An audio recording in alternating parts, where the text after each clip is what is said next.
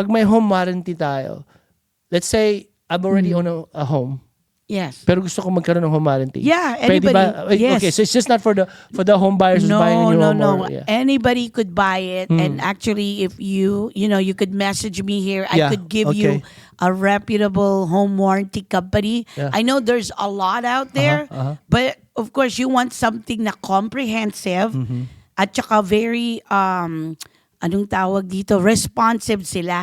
Pag may kailangan na. kasi minsan papal ka ng claim tapos Matagal.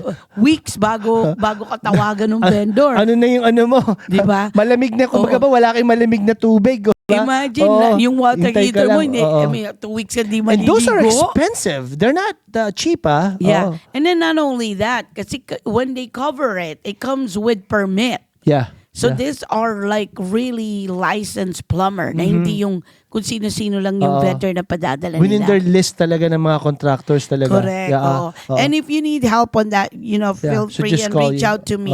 And I highly also recommend it kung landlord kayo.